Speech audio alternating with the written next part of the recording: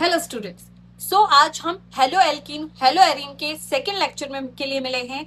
इससे पहले आप लास्ट लेक्चर में पढ़ चुके हैं basic introduction of hello alkene and hello arene.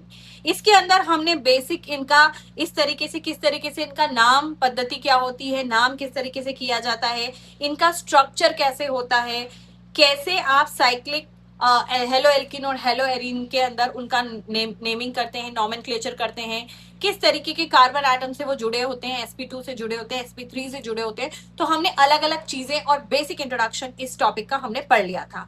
Now move to the next. हम अब आगे पढ़ने वाले हैं जिसमें है CX बंध की प्रकृति। ठीक है ना। उससे पहले मैं आपको लास्ट क्लास में बोला भी था कि यहाँ पे कुछ एग्जाम्पल्स दिए हुए हैं जिनका आपको नेम लिखना है, आपको नेम से स्ट्रक्चर जनरेट करना है। अगर आपको इसमें कोई भी प्रॉब्लम आई हो तो आई होप आप लोग उसके लिए कमेंट छोड़ देना, मैं आपको वो चीज वापस से बता दूंगी अगर कोई डाउट्स हैं तो। आगे बढ़ते हैं।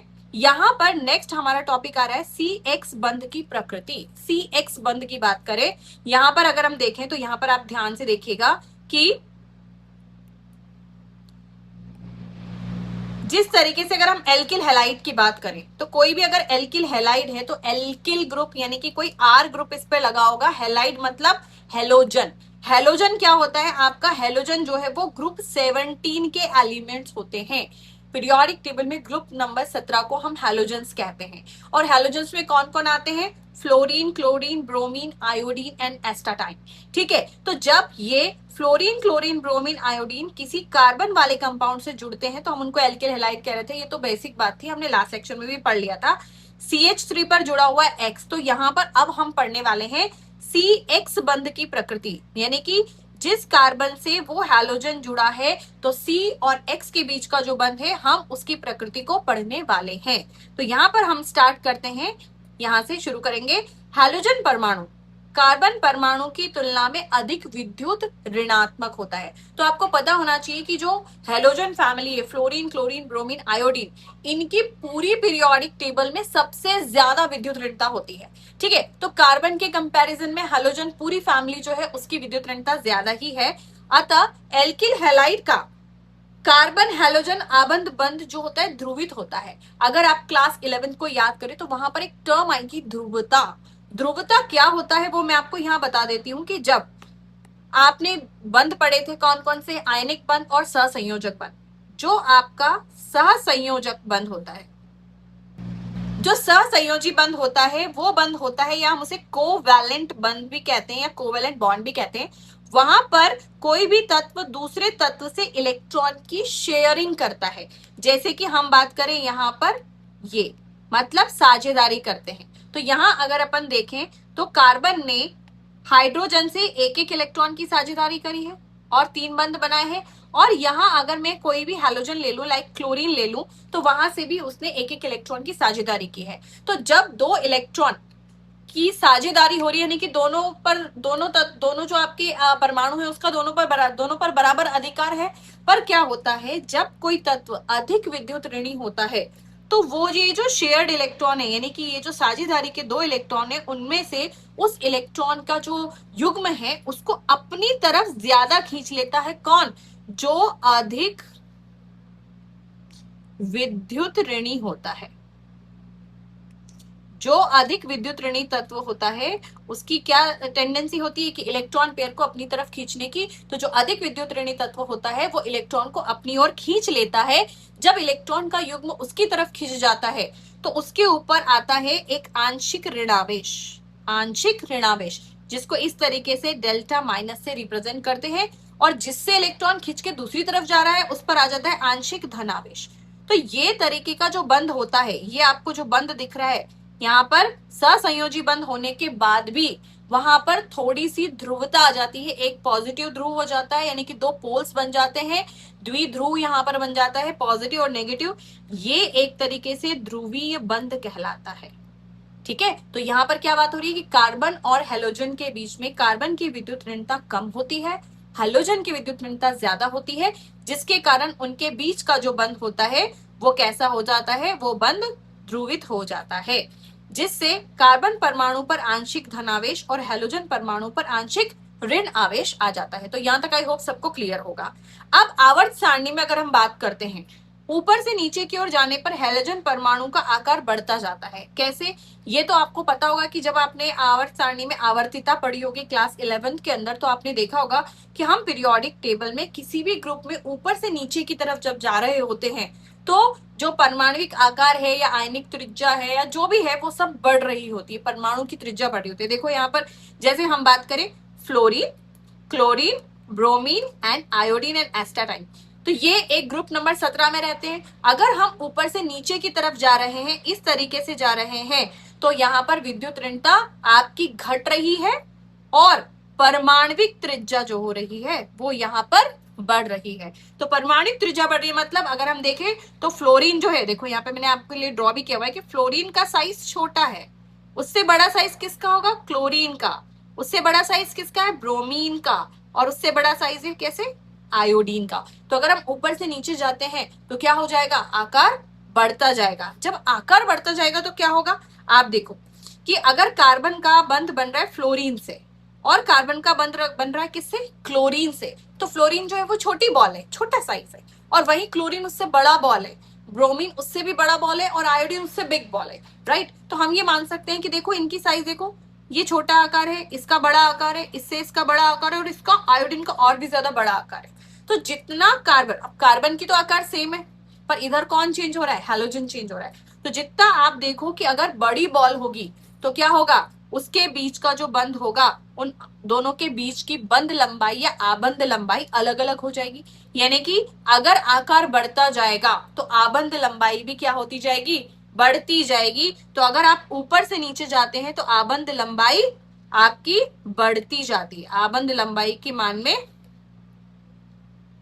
आबंध लंबाई या बंध दूरी जिसकी है वो बढ़ती है, ठीक है। अगर बंध लंबाई बढ़ती जाती है यानी कि कोई एक मॉलिक्यूल है वो इधर है और दूसरा मॉलिक्यूल इतना बड़ा, वहां पे उन दोनों के बीच की दूरी ज्यादा है, तो दूरी ज्यादा है तो इसका मतलब उनके बीच का बंध भी कमजोर होगा, उसे तोड़ना आसान होगा। तो जब किसी बंध को तोड़ना आसान है तो उसकी बंध एंथैल्पी या बंध ऊर्जा का मान भी क्या होगा? कम। तो जितनी आबंध लंबाई अगर आपके इसमें बढ़ती जा रही है, ठीक है, अगर आबंध लंबाई बढ़ती जा रही है तो बंध ऊर्जा या बंध एंथैल्पी घटती जा रही है, ठीक है। इसके एग्जाम्पल आपकी बुक में ऑलरेडी दिए हुए हैं, चलिए वहां पे देखते हैं, ठीक है। तो यहाँ पर देखो वापस से बुक पे आ जाते हैं। आवर्त सारणी में ऊपर से नीचे की ओर जाने पर हैलोजन परमाणु का आकार बढ़ता जाता है, अतः फ्लोरीन परमाणु जो है सबसे छोटी साइज का और आयोडीन परमाणु का आकार सबसे बड़ा होता है। कुछ बच्चे बोलेंगे मैम एस्टाटाइन के बारे में बात क्यों नहीं कर रहे हो, फ्लोरीन से आयोडीन की क्यों कर रहे हो? एस्टाटाइन is a radio active element, रेडियोधर्मी तत्व होता है, वो बहुत ज्यादा उसके अंदर से रेडिएशन निकलती है, वो बहुत ज्यादा उसके कंपाउंड्स मिलते भी नहीं है और उसको ज्यादा पढ़ा भी नहीं जाता है। तो हैलोजन में ज्यादातर हम क्या पढ़ेंगे? Fluorine, chlorine, bromine and iodine ही पढ़ेंगे, ठीक है। इसकी वजह से कार्बन हैलोजन बंध की लंबाई, अब देखो बंध लंबाई जो मैंने अभी आपको बताई है CF से CI तक बढ़ती जाती है। तो जैसे जैसे हेलोजन का साइज बढ़ता जाएगा बंध लंबाई आपकी बढ़ती जाएगी। तो कार्बन और फ्लोरीन यहाँ पे दिया भी हुआ है CH3F, एक टेबल दी हुई है, आप सब लोग टेबल को देखें। CH3F यहाँ पर बंध लंबाई जो है वो कितनी आ रही? 139 पिकोमीटर। सबको पता होना चाहिए कि बंध लंबाई को पिकोमीटर में नापते हैं। और CH3Cl यहाँ पर इसकी बंध लंबाई 178, क्योंकि क्लोरीन का साइज थोड़ा बड़ा हो गया, देखो बढ़ गई 139 से 178 पे आ गए। फिर उसके बाद है ब्रोमीन, और बढ़ गई 193 पे आ गए। फिर आयोडीन पे हो गई 214 पर आ गए। तो क्या देखा आपको कि पीरियोडिक टेबल में ऊपर से नीचे जाने पर फ्लोरीन या halogen, fluorine, chlorine, bromine, iodine का साइज बढ़ता जाता है, जिसकी वजह से कार्बन से अगर वो बंध बनाते हैं तो बंध लंबाई का मान भी बढ़ता जा रहा है। और अगर बंध लंबाई का मान बढ़ गया तो देखो आपकी जो बंध एंथैल्पी है उसका मान क्या हो जाएगा? ये तो बढ़ गया, ये बढ़ता है, तो यहाँ पर ऊपर से नीचे जाने पर क्या हो गया? बंध की एंथैल्पी का मान घटता है। देखो CH3F 452 किलोजूल पर मोल लगेंगे उसको तोड़ने में, ठीक है। बंध एंथैल्पी किसे कहते हैं? वह ऊर्जा जो वह मान जिसको किसी बंध को तोड़ने में जितनी ऊर्जा की आवश्यकता हो, बनाने में या तोड़ने में जितनी ऊर्जा की आवश्यकता होती है वो उसके बंध एंथैल्पी होती है। तो आपको 452 किलोजूल एनर्जी देनी पड़ेगी उसको बनाने में या फिर उसे ब्रेक करने में। और यहाँ पर देखो 234 आयोडीन के साथ यानी कि घटती जा रही है। तो आई थिंक ये आपको समझ में आ गया होगा। और एक लास्ट में दिया हुआ है द्विध्रुव आघूर्ण, ये किसके ऊपर डिपेंड करता है? ये डिपेंड करता है विद्युत ऋणता पर। तो जितना ज्यादा विद्युत ऋणी तत्व होगा उसका द्विध्रुव अवगुण भी बहुत ज्यादा होगा। तो देखो फ्लोरीन का विद्युत ऋणता ज्यादा है और फ्लोरीन से भी ज्यादा किसकी है, क्लोरीन। एक याद रखना, पीरियोडिक टेबल में विद्युत ऋणता में सबसे ज्यादा मान जिसका है वो है क्लोरीन। कायदे से ऊपर से नीचे तक घटती जाती है, पर क्लोरीन इज एन अपवाद, एक्सेप्शन, सबसे ज्यादा होती है। तो यहाँ पर देखो आयोडीन की विद्युत ऋणता का मान काफी कम हो गया है। ठीक है, तो this is basic introduction part आपका यहाँ पर पूरा हो चुका है एल्किल हैलाइड और आयरल हैलाइड का। अब हम बात करते हैं मेथड ऑफ। नेक्स्ट टॉपिक हम पढ़ते हैं कि एल्किल हैलाइड्स को बनाने की क्या क्या मेथड्स है, what are the method of preparation of alkyl halides. First इसमें आता है कि अल्कोहल से। तो हम सबसे पहले देखेंगे अल्कोहल से हम एल्किल हैलाइड्स कैसे बना सकते हैं। यहाँ पर आप देखेंगे आपकी बुक में बहुत सारी थ्योरी दी हुई है जिसको अपन लेटर ऑन देखते हैं। पहले हम यहाँ पर रिएक्शंस देख लेते हैं। पहली रिएक्शन आपको दिख रही है कि एक अल्कोहल दिया हुआ है ROH। अल्कोहल ग्रुप क्या होता है, OH group is called as alcohol group. यहाँ पर ROH की reaction HCl in presence of zinc chloride अगर आपने कराई तो यहाँ से ये OH का जो बंध है वो टूटेगा। ठीक है ना, R और O का बंध टूटेगा, OH ग्रुप यहाँ से हट जाएगा और यहाँ पर एक नए Cl ग्रुप की एंट्री हो जाएगी। ठीक है, तो आपको क्या करना है, यहाँ पर अल्कोहल के साथ बहुत सारी रिएक्शन दी हुई है, ध्यान से देखना। अल्कोहल की अगर HCl और जिंक क्लोराइड से रिएक्शन कराते हैं तो RCl बन के आपका एल्किल हैलाइड। अगर अल्कोहल की रिएक्शन NaBr और H2SO4 से कराएंगे तो आपको क्या मिल जाएगा, RBr NaHSO4, मतलब यहाँ पे ब्रोमीन आके जुड़ गया, एल्किल हैलाइड बन गया। तीसरा एग्जाम्पल है आपको PX3 मतलब फॉस्फोरस के हैलाइड्स दिए हुए, यानी कि PX3 में X क्या हो सकता है, क्लोरीन ब्रोमीन, यानी कि PCl3 PBr3, यानी कि फॉस्फोरस ट्राई हैलाइड्स इनको बोलते हैं। PCl3 phosphorus try chloride, PBr3 phosphorus try bromide. अगर हमने इनकी रिएक्शन अल्कोहल से कराई तो यहाँ पर सीधा आपको एल्किल हैलाइड मिल रहा है। नेक्स्ट अगर हम देखते हैं तो ROH की रिएक्शन अगर क्या कराएंगे, PCl5 से कराएंगे। देखो ऊपर जो देखा था रिएक्शन उसमें Cl3 था, ठीक है ना। यहाँ पर फॉस्फोरस पेंटाहेलाइड 5 क्लोरीन दिख रहे हैं यहाँ पर, अगर हम उसकी रिएक्शन कराएंगे तो RCl और आपके पास साइड में प्रोडक्ट क्या मिलेगा, POCl3 प्लस HCl, राइट। इसके बाद अगर अपन देखते हैं तो अगर हमने अल्कोहल की रिएक्शन रेड फॉस्फोरस और X2 मतलब या तो Cl2 हो सकता है या Br2 हो सकता है या आपके पास I2 हो सकता है, लिखा भी हुआ है नीचे कि Br2 हो सकता है, I2 हो सकता है, सीधा आपको एल्किल हैलाइड यहाँ पर मिल जाएंगे RX। And the last reaction, this reaction is very important, please से याद रखना कि ROH की रिएक्शन SOCl2 से कराएंगे तो आपको मिलेगा RCl। यहाँ पर कौन सी गैस रिमूव होती है, वो होती है SO2 गैस। बहुत सारे कॉम्पिटिटिव एग्जाम की बात करें, अगर आप बात करें नीट की करें या जेई की करें, तो इन कॉम्पिटिटिव एग्जाम में आपसे पूछा जाता है कि क्या बनेगा, SO2 क्या बनेगा, कौन सी गैस रिलीज होगी, राइट। तो यहाँ पर SO2 गैस रिलीज होगी। तो अब हम आगे देखते हैं कि अब इस थ्योरी को पढ़ लेते हैं। आपने रिएक्शन सारी देख ली, रिएक्शन आपके सामने आप देख लेते हैं। एल्किल हैलाइड अल्कोहल से सर्वोत्तम प्रकार से बनाए जाते हैं जो आसानी से प्राप्त किए जा सकते हैं। सांद्र हैलोजन अम्लों, सांद्र हैलोजन अम्ल क्या हो जाएंगे आपके पास, HCl HBr ये सब। फॉस्फोरस हैलाइड जो हमने पढ़ा भी PCl3 PBr3 फॉस्फोरस के हैलाइड, या SOCl2 पढ़ा था, thionyl chloride, thionyl chloride is SOCl2। इनके साथ अभिक्रिया जब जब अल्कोहल की कराई जाएगी तो आपको क्या मिल जाते हैं, एल्किल हैलाइड या आपका हाइड्रोक्सिल समूह, यानी कि OH समूह जो होता है वो किससे रिप्लेस हो जाता है, हैलोजन से। OH हटाओ और वहां पर आपको हैलोजन लगा देना है। इनमें से देखो मैंने बोला था इंपॉर्टेंट रिएक्शन क्या है, थायोनिल क्लोराइड को प्राथमिकता दी जाती है। जो थायोनिल क्लोराइड वाली रिएक्शन है वो बहुत इंपॉर्टेंट है, उसको वहां पर प्राथमिकता दी जाती है क्योंकि इस अभिक्रिया में एल्किल हैलाइडों के साथ दो गैसें SO2 और HCl बनती है। मैंने आपको पहले ही बोला कि this is very important reaction. यहाँ पर बहुत जगह कॉम्पिटिटिव एग्जाम में पूछा जाता है कि कौन सी गैस रिलीज होती है। बच्चों को लगता है पेपर बहुत टफ है, बहुत टफ है, पेपर टफ नहीं होता है, सब कुछ बुक में से आ रहा होता है। You have to read book by line तो NCERT लाइन बाय लाइन आपके लिए बहुत ज्यादा जरूरी है, ठीक है। दोनों गैसीय उत्पाद आसानी से निकलने वाली गैसें हैं और यहाँ से हमको शुद्ध एल्किल हैलाइड मिल जाता है, ठीक है। अब पहली रिएक्शन के बारे में इसने दिया हुआ है कि प्राथमिक और द्वितीयक अल्कोहल की HCl से अभिक्रिया करा के ZnCl2 यहाँ पर उत्प्रेरक की आवश्यकता होती है। जो पहली रिएक्शन दिख रही है आपको HCl और यहाँ पे ZnCl2 किसकी तरह कार्य कर रहा है, यहाँ पर ये उत्प्रेरक की तरह कार्य कर रहा है। तो पहली रिएक्शन आपको समझ में आ गई कि प्राइमरी या सेकेंडरी अल्कोहल ले लेंगे, HCl की रिएक्शन करा देंगे और उसके अंदर उत्प्रेरक क्या डालेंगे, ZnCl2, ठीक है। फिर तृतीयक एल्कोहल, हाँ अब इसमें दो इंपॉर्टेंट बात है, अगर कॉम्पिटिटिव पर्पज से आप जा रहे हो, प्राइमरी और सेकेंडरी एल्कोहल, ठीक है, 1 डिग्री और 2 डिग्री सबको समझ में आ गया, प्राथमिक और द्वितीयक हमने लास्ट क्लास में हेलोजेंस भी पढ़े थे, तो यहाँ भी ऐसा ही है कि अगर प्राथमिक और सेकेंडरी है तो HCl में ZnCl2 उत्प्रेरक की आवश्यकता होती है। पर अगर आप तृतीयक एल्कोहल की अभिक्रिया कराएंगे तो केवल सांद्र HCl में ही ये रिएक्शन हो जाएगी, वहां पर आपको ZnCl2 की जरूरत नहीं पड़ेगी। मतलब क्या समझ में आ रहा है कि जो 3 डिग्री एल्केन है वो बहुत फास्ट है रिएक्शन करने में in comparison of 2 degree and 1 degree. तो 3 डिग्री बहुत ही फास्ट रिएक्शन यहाँ पर करेगी। ठीक है, तो ये पहली रिएक्शन हो गई। अब यहाँ पर ये थोड़ा सा और इसमें चीजें दी जाती है।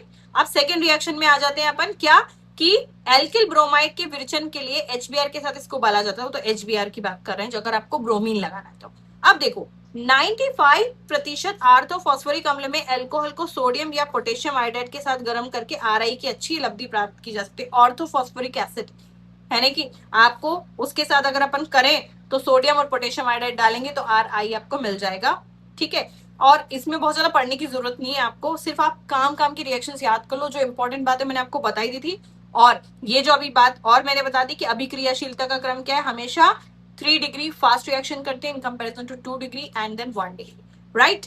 इसके बाद आगे बढ़ते हैं फॉस्फोरस ट्राइब्रोमाइड, ये अपन ने पढ़ी थी, ये वाली रिएक्शन देखो PX3 वाली फॉस्फोरस ट्राइब्रोमाइड और ट्राइआयोडाइड के साथ को सामान्यतः लाल फास्फोरस की अभिक्रिया में ब्रोमीन तथा आयोडीन के साथ अभिक्रिया करके संपन्न किया जाता है। तो मतलब वही चीज आपको थ्योरी में लिखी हुई है, आपको तो सिर्फ रिएक्शन याद कर लेनी है, ठीक है, और प्रोडक्ट्स याद कर लेनी। तो आपको एल्कोहल के केस में ये आपकी 6 रिएक्शन है जो आपको याद करनी है। नाउ आगे बढ़ते हैं, यहाँ थोड़ा सा और लिखा हुआ है, थोड़ी थोड़ी बातें लिखी हुई है, आई थिंक वो इतनी जरूरी नहीं है, पर फिर भी आप एक बार देख सकते हैं कि एल्किल क्लोराइड का विरचन एल्कोहल में शुष्क हाइड्रोजन क्लोराइड मतलब HCl गैस को प्रवाहित करके सांद्र जलीय हेलोजन अम्लों के साथ अल्कोहल के मिश्रण को गर्म करके प्राप्त किया जा सकता है। ठीक है ना, तो आप ड्राई HCl गैस भी पास करते हो। ड्राई HCl क्या होता है, कुछ बच्चे अगर नहीं जानते तो मैं उनको बता देती हूँ। जो HCl प्योर होता है वो गैस ही होती है, पर लैब में जो हाइड्रोक्लोरिक एसिड होता है वो पानी में उस गैस को घोल करके एक विलयन बनाया जाता है, जिसे आप कहते हैं कि हाइड्रोक्लोरिक अम्ल। तो यहाँ पर ये कह रहा है कि शुष्क HCl गैस भी आप प्रवाहित कर सकते हैं। ठीक है, एरिल हैलाइड के विरचन की बात कर रहे हैं। अगर हम एरिल हैलाइड की बात करें, एरिल हैलाइड लास्ट लेक्चर सब बच्चों ने आई थिंक पढ़ लिया होगा, तो समझ गए होंगे एरिल हैलाइड क्या है। जब बेंजीन रिंग यानी कि एक आपके पास बेंजीन रिंग है, उसके ऊपर क्लोरीन ब्रोमीन आयोडीन लगा हुआ है, तो वो क्या हो जाएगा आपके पास एरिल हैलाइड। इनके विरचन के लिए उपरोक्त विधियां उपयुक्त नहीं है, तो जो आपने ऊपर मेथड्स पढ़ी हैं उनसे एराइल हैलाइड्स नहीं बनेंगे। ठीक है, क्यों? क्योंकि फिनॉल में कार्बन ऑक्सीजन आबंध में आंशिक द्विबंध होने के कारण यह एकल बंध से अधिक मजबूत होता है। ये बात किसको समझ में नहीं आई, मैं समझाती हूँ। देखो ये बात बहुत इंपॉर्टेंट है। ये बात क्यों इंपॉर्टेंट है, अगर कोई कंपटीशन में जा रहा है, वहां अगर किसी ने आपसे सवाल पूछा कि भाई एल्किल हैलाइड को हमें बनाना है, तो मैं ROH की रिएक्शन अगर करा दूं HCl से और ZnCl2 की प्रेजेंस में, तो मुझे RCl मिलता है। पर क्या मुझे एक बेंजीन रिंग के ऊपर OH लगा हुआ है और अगर मैंने उसकी रिएक्शन HCl और ZnCl2 से करा दी, तो क्या यहां पर ये OH वाला बंध टूट करके Cl बनेगा क्या? तो ये रिएक्शन तो होती है, पर ये रिएक्शन नहीं होती है। क्यों? क्योंकि ये जो बंध है, देखो यहाँ तो R और O का बंध टूट जाएगा आसानी से, पर यहाँ वो यही कह रहा है कि जो बेंजीन रिंग और O यानी कि लिखा हुआ है ना, क्या कार्बन ऑक्सीजन जो बंध है उसमें आंशिक द्विबंध, मतलब उसमें आपका पार्शियल डबल बॉन्ड कैरेक्टर आ जाता है। क्योंकि अगर आपको ये पता हो अच्छे से कि यहाँ पर बेंजीन रिंग के अंदर इस तरीके से डबल बॉन्ड है, और डबल बॉन्ड एक पूरे रिंग में घूमता है, जिसे एक टर्म पढ़ाया गया था आपके जीवन में, वो था अनुनाद, that is called as resonance.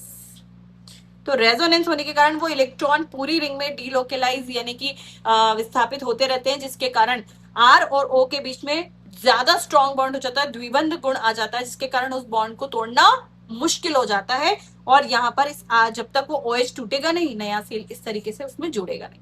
तो ये बात बहुत इंपॉर्टेंट है, आप लोग प्लीज इसे तो नोट डाउन कर लेना। अगर आपको किसी बढ़िया कॉम्पिटिटिव एग्जाम को क्रैक करना है तो ये लाइन आपके बहुत ज्यादा काम आने वाली है। ठीक है, कि ये जो अभी आपने अल्कोहल से बनाने की विधियां लिखी है, उससे आप एल्किल हैलाइड्स बना सकते हैं, एरिल हैलाइड्स नहीं बना सकते हैं। Big no for that. Okay, तो ये आपकी फर्स्ट टाइप ऑफ रिएक्शन होगी जहां पर आपने अल्कोहल से एल्किल हैलाइड्स बना दिए। सेकेंड टाइप ऑफ रिएक्शन जहां पर आप हाइड्रोकार्बन से मिलकर बनाते हैं। ठीक है, हाइड्रोकार्बन कौन से कंपाउंड्स होते हैं, सबको पता है, वे यौगिक जो कार्बन एवं हाइड्रोजन से मिलकर बने होते हैं हाइड्रोकार्बन कहलाते हैं।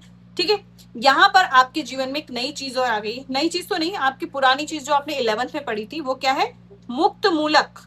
एक और टर्म आ गई मुक्त मूलक। किस तरीके से अभिक्रिया होती है, मुक्त मूलक अभिक्रिया द्वारा। कुछ बच्चों को अगर थोड़ा सा भी याद है कि हमने क्लास 11th में क्या क्या पढ़ा था, देखो इसको मैं आपको ऐसे एक्सप्लेन करती हूँ कि मुक्त मूलक क्या होता है। कि आपने जब क्लास 11th में पढ़ा था कि जब बंध कोई टूटता है ए और बी के बीच में, ए और बी के बीच में इलेक्ट्रॉन युग्म था, अगर इलेक्ट्रॉन युग्म तोड़ा जाए किस तरीके से कि अगर पूरा इलेक्ट्रॉन युग्म टूट करके इलेक्ट्रॉन का पूरा युग्म बी पर चला जाएगा तो बी पर क्या चार्ज आ जाएगा, माइनस, और ए पर क्या आ जाएगा, प्लस।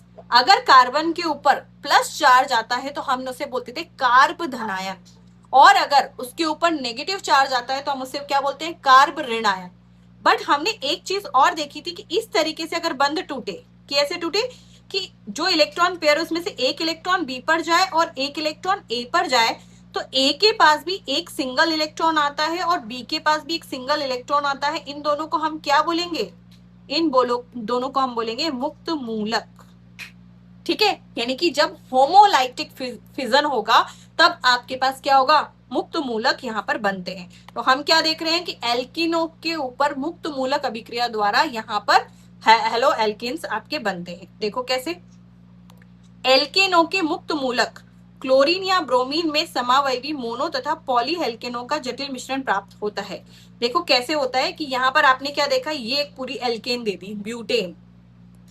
ब्यूटेन की क्लोरीन से रिएक्शन कराई, किस में, सनलाइट की प्रेजेंस में, यूवी प्रकाश या ताप पर कराई, तो यहाँ पर क्या होगा, एक हाइड्रोजन हटेगा और उसकी जगह क्लोरीन लग जाएगा। ठीक है, हम देखेंगे कि कैसे हुई थी ये अभिक्रिया, मैं आपको यहाँ करके बता देती हूँ। देखो ये अभिक्रिया कैसे हुई थी, आप अपनी कॉपी में कहीं लिख सकते हैं कि ये रिएक्शन ऐसी दी हुई ना, आपको ब्यूटेन दिया हुआ है CH3, या मैं आपको बताऊं कि इसका एक सिंपल वर्जन बता देती हूँ कि कैसे अभिक्रिया होती है। CH4 ले लिया आपने, कार्बन के ऊपर 4 हाइड्रोजन लगे हुए हैं। ठीक है, जैसे ही आपने यहाँ पर Cl सिंगल बॉन्ड Cl हुआ, यहाँ पर बंध टूटा, क्या एक बंध तो यहाँ से टूटा, एक इलेक्ट्रॉन इधर गया, एक इलेक्ट्रॉन इधर गया, इसका भी एक बंध टूटा, इसका भी एक बंध टूटा, तो यहाँ क्या बना कि देखो CH3 और यहाँ पर एक मुक्त मूलक बन गया, और ये H किसके साथ चला गया, इस Cl के साथ, और यहाँ पर एक क्लोरीन का भी मुक्त मूलक आपको मिलेगा, और यहाँ पर HCl तो अलग बन ही जाएगा। जब ये दोनों आपस में जुड़ जाएंगे तो CH3 और Cl बन गया।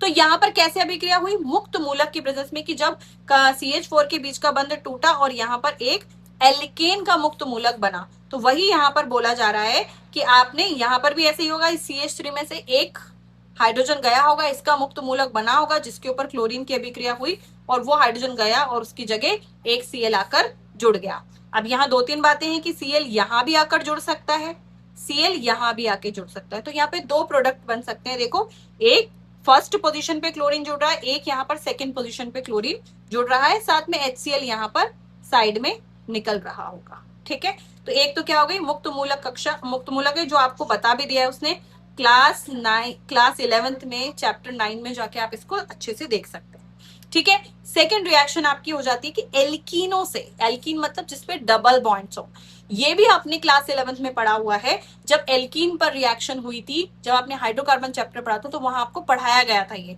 क्या, कि हाइड्रोजन हैलाइड के संयोजन या योगज द्वारा।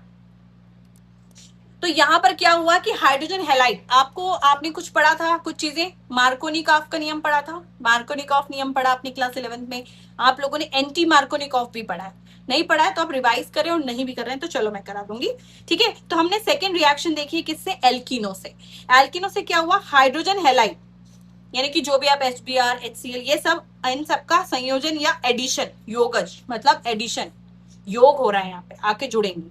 कैसे, हाइड्रोजन क्लोराइड, हाइड्रोजन ब्रोमाइड या हाइड्रोजन आयोडाइड की अभिक्रिया करने से एल्कीन संगत एल्किल हैलाइड में परिवर्तित हो जाते हैं। कैसे है हो जाएंगे, देखो ये C डबल बॉन्ड C है, यहाँ पर H और X दोनों आकर जुड़ेंगे, ठीक है। अब ये तो आपकी कैसी है, सममित एल्कीन है, एक तरफ इधर आके आपका H जुड़ जाएगा, एक तरफ जाके आपका X जुड़ जाएगा और आपको फाइनल ये प्रोडक्ट मिल जाएगा, H और X जुड़ जाएगा। तो एल्किल हैलाइड बन ही गया, कार्बन के ऊपर हेलोजन आके जुड़ ही चुका है। ठीक है, तो यहां पर आपको सीधा, अगर आपको सीधा सीधा जाके जुड़ जाना है, अगर आपके पास सममित एल्कीन हो तो कोई टेंशन ही नहीं है, क्योंकि इधर भी सेम है इधर भी सेम है, कोई से भी कार्बन पे जाकर के H जुड़ सकता है, कोई पे भी X जुड़ सकता है। बट अगर असममित एल्कीन आ जाए, जैसे आपको एक एग्जांपल दे दिया प्रोपीन, प्रोपीन बहुत इंपॉर्टेंट, हर कॉम्पिटिटिव एग्जाम में आएगा, बोर्ड्स में मार्कोनिकॉफ का नियम आता ही आता है, HBr का जुड़ना और एल्किल हैलाइड का बनना डेफिनेटली आता है, 11th में भी आया ही था आपका। ठीक है, प्रोपीन दो प्रकार के उत्पाद देती है, परंतु मार्कोनिकॉफ नियम के अनुसार एक ही उत्पाद प्रमुख होता है। ठीक है, बन तो दो सकते हैं, पर कौन ज्यादा अमाउंट बनेगा, कौन बनेगा, which one is major product, कौन माइनर है, तो मेजर प्रोडक्ट कौन बनेगा, जो मार्कोनिकॉफ के नियम के अनुसार ज्यादा प्रोडक्ट बनेगा। तो मार्कोनिकॉफ का नियम ये बोलता है कि जब हम किसी एल्किल हैलाइड या असममित एल्कीन के ऊपर किसी हाइड्रोजन हैलाइड यानी कि कोई HBr वगैरह का किसी का एडिशन करते हैं, तो क्या होता है कि जो नेगेटिव ज्यादा, जिसके ऊपर ज्यादा ऋणात्मक जो भाग है वो वहां जाता है जहां पर हाइड्रोजन की संख्या कम होती है। तो यहाँ देखो आपको क्या दिख रहा है कि CH3 CH double bond CH2, यहाँ पर देखो ये असममित एल्कीन है। कोई कहेगा कि मैं तो मैम आयोडीन को यहाँ आके जोड़ू, कोई बोलता है कि मैं इधर वाले पे जोड़ू। तो मार्कोनिकॉफ ने क्या नियम दिया है कि जब हम H और I की बात करें तो H और I के अंदर क्या होगा, I वाला पार्ट नेगेटिव होगा और जब ये बंध टूटेगा तो H वाला पार्ट पॉजिटिव होगा। मार्कोनिकॉफ का नियम बोल रहा है कि I माइनस यानी कि जो अधिक विद्युत ऋणी है या जिस पर ऋणात्मक चार्ज ज्यादा है, ऋणावेशित जो है, वो वहां जाएगा जहां पर हाइड्रोजन की संख्या कम होगी, यानी कि बीच वाला जो कार्बन है उस पर हाइड्रोजन की संख्या कम है, यहां पर जाकर के आयोडीन जुड़ेगा। देखो ये वाला, जहां सेकंड नंबर वाले कार्बन पर आयोडीन जाकर जुड़ रहा है वो आपका मुख्य उत्पाद है, वो ज्यादा बन रहा है, और जो 1 वाला है उस पर आयोडीन जाकर जुड़ रहा है वो कम, वो आपका कम अमाउंट में बनेगा।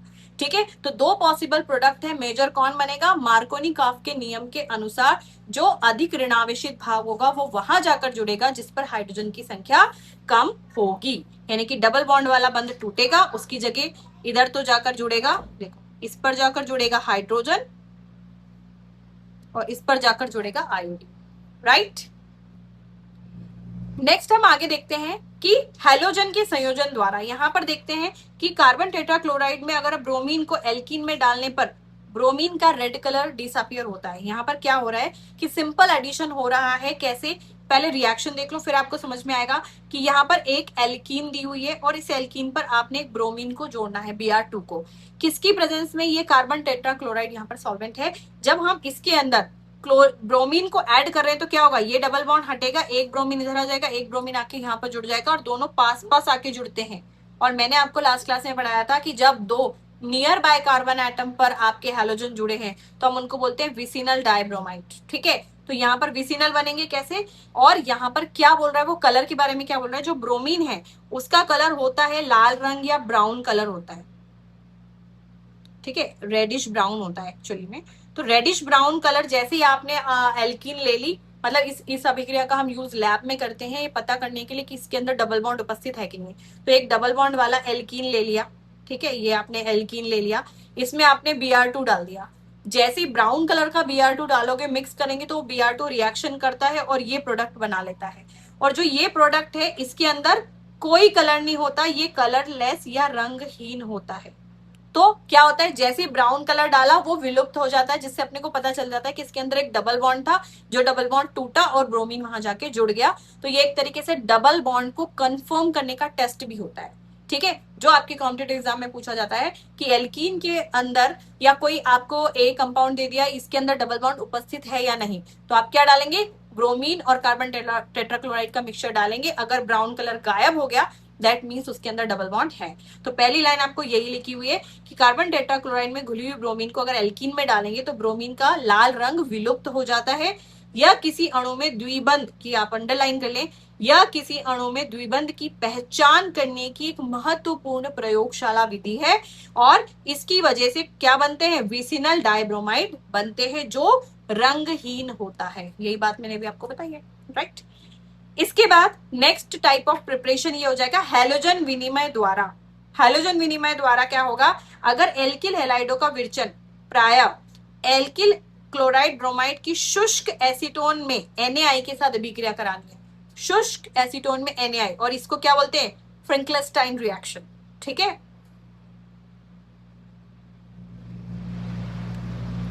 This is फ्रिंकलस्टाइन reaction. यहां पर क्या होगा, आपने RX यानी कि एल्किल हैलाइड ले लिया है और उसकी रिएक्शन NaI से कराई, तो आपको RI, पहले से आपने एल्किल हैलाइड लिया हुआ है, RX लिया हुआ है, आपको आयोडीन जोड़ना है उस पर। ठीक है, अब X क्या हो सकता है, क्लोरीन या ब्रोमीन। ठीक है, क्लोरीन या ब्रोमीन को हटा के आपको RI लगाना है, मतलब this is specially for the iodine, Finkelstein reaction. Iodine अगर आपको इसके अंदर इंट्रोड्यूस करना है तो यहाँ पर NaI के साथ आप रिएक्शन कराएंगे, वो आपका जो हैलोजन है वो हटेगा और उसकी जगह आयोडीन लगेगा और NaX आपको यहाँ पर मिलेगा। तो ये हो गया आपकी फ्रिंकलस्टाइन रिएक्शन।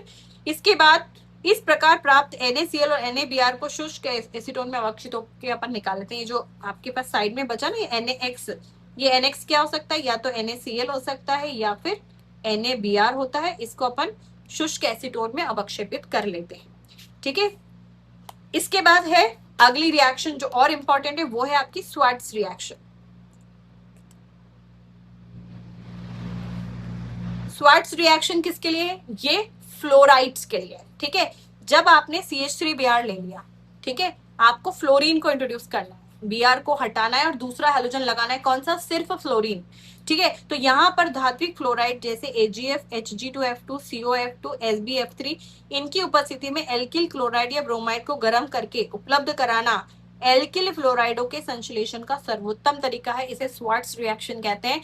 क्या करा आपने, कोई भी एल्काइल ब्रोमाइड ले लिया, उसके ऊपर किसकी रिएक्शन करा दी, धात्विक क्लोराइड, AgF ले लो, ठीक है, HgF2 पर ज्यादातर AgF लिया जाता है। जैसे ये किया, क्या हुआ, ये फ्लोरीन जा करके ब्रोमीन की जगह आ गया और ब्रोमीन किसके साथ चला गया, सिल्वर के साथ, और आपको बन गया CH3F और AgBr।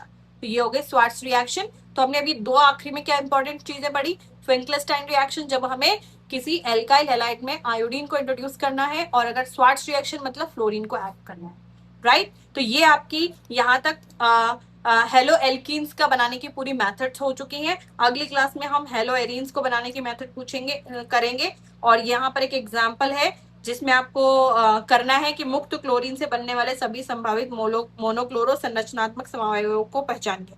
तो आई थिंक आप लोग क्वेश्चंस भी साथ साथ में कर रहे होंगे, क्योंकि क्वेश्चंस करेंगे तभी आपकी थोड़ी सी प्रैक्टिस होगी।